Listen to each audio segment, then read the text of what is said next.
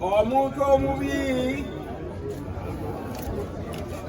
omuntu azaalibwa omukazi abeera mulamu akaseera katono era ajjula kutegana, aloka era asalibwamu omuddo, abulanga ekisiikirize so tabeera mu kifo kibi. Wali mulabo tole mu kufa, kale tunaddukira eri ani? Okutubeera wabula eri ggwe, ayi Mukama alina obusungu obw'ensonga olw'ebibi byaffe. Naye ayi Mukama Katonda omutukuvu ennyo era asinga bonna obuyinza, ayi omulokozi omutukuvu era asinga bonna ekisa, totuwaayo mu bulumi obungi obw'okufa okutakoma. Gw'omanyi Mukama ebyama eby'emitima gyaffe, toziba matuugo ag'ekisa olw'okusaba kwaffe, naye otusaasire Mukama omutukuvu ennyo. Ayi Katonda ayinza byonna, omulokozi omutukuvu alina okusaasira omulungi ow'emirembe n'emirembe. Entuuko zaffe bwe zituuka ez'okufa, totuleka kuva mu mukono gwo olw'obulumi bwonna obw'okufa.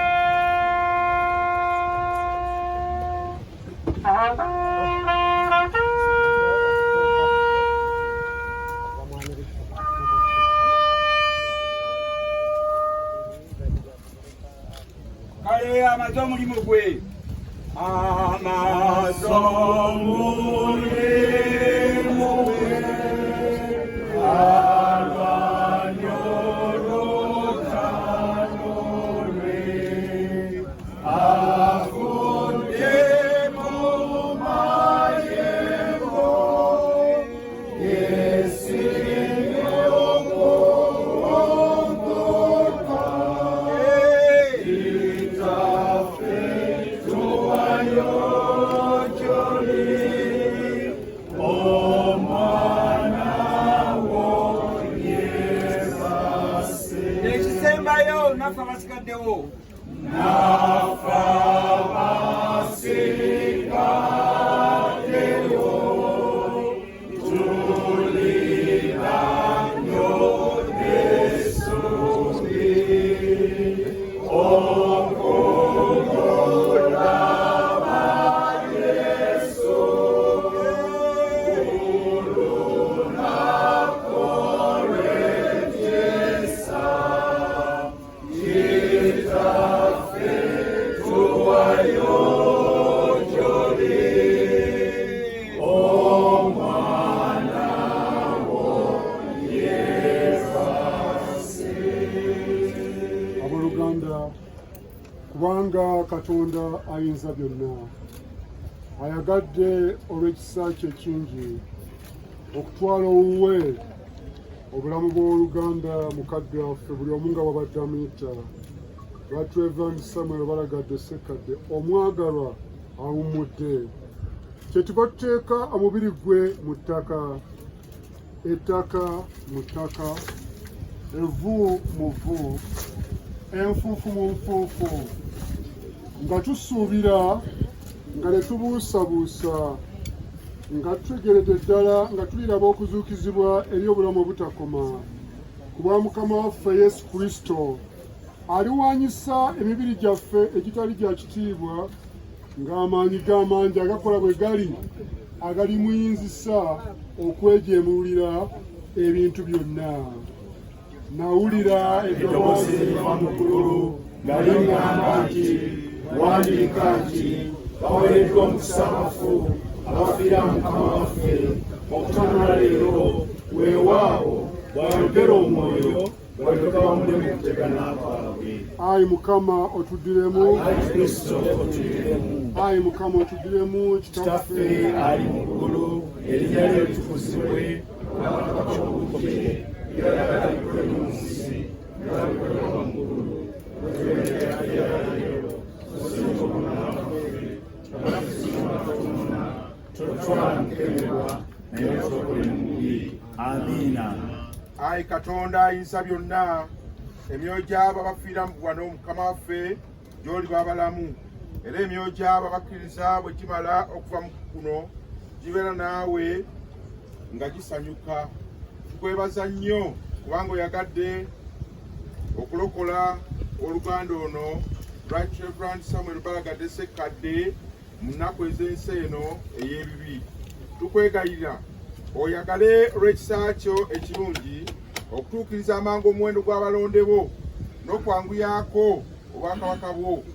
Ffe awamu n'abo bonna abafa nga bakkiriza n'amazima erinnya lyo ettukuvu, tulyoke tufune essanyu lyaffe erituukirira eritabulako ery'omubiri n'ery'omwoyo, mu kitiibwa kye ekitakoma ekitaggwaawo, bwa Yesu Kristo Mukama waffe. Era ayi Katonda okusaasira, Kitaawe Mukama waffe Yesu Kristo ye kwe kuzuukira n'obulamu.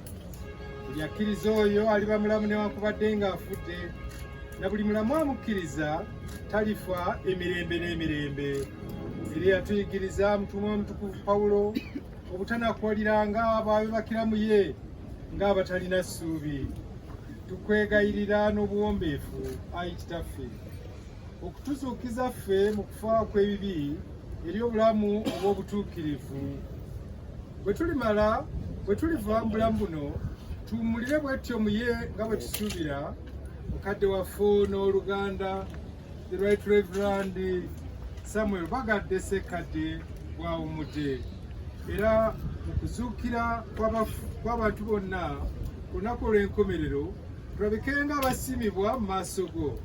Tuweebwe omukisa ogwo omwana wo omwagalo gw'alibawa bonna olunaku luli abamwagala era abamutya, ng'agamba nti, mujje abaana kitange be yawa omukisa, musikire obwakabaka oba bateekerwateekerwa ensi zonna nga tezinnabaawo.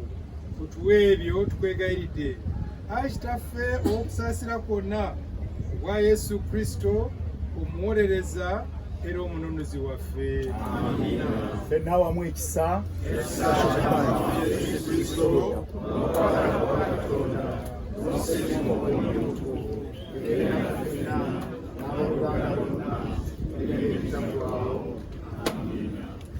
ayi Mukama waffe Yesu Kristo bwe wakaaba ku ntaana ya Lazaalo, era n'okubagiza bonna abaali bafiiriddwa, tukusaba otunulire n'ekisa maama waffe Maama Allen Ssekkadde, otunulire abaana, otunulire abazzukulu ab'oluganda ab'emikwano, otunulire ekkanisa eno mwabadde aweerereza mirimu emirungi ng'omulabirizi ow'e Namirembe, ate era ng'abadde era ng'aweerereza era ng'assaamu ekitiibwa eggwanga lino erya Uganda ate ne Buganda. Kale tukwegayirira Katonda waffe, gwe kennyini gw'oba otugumya mu kiseera kino ekizibu eky'okuviibwako mukadde waffe ono, era okubagize okusinga byonna, otubeere ffe okutegeera nti gwe watuwa mukadde waffe ono RT.REV. Samuel Balagadde Sekkadde era gwe kennyini gw'omututeewo. Ebyo byonna tubisabye ku bw'omulokozi waffe era omununuzi waffe. Amiina. Mikwano gyange wadde tugenda okuva wano naye mutegeere nti Yesu tayinza kutwabula. Ye Yesu wali bwe yawangula amagombe. Era wadde taata ono eka tajja kuba naye Mukama ye gy'ali oyo yawangula amagombe tayinza kutwabulira. Era ekisa kye weekiri.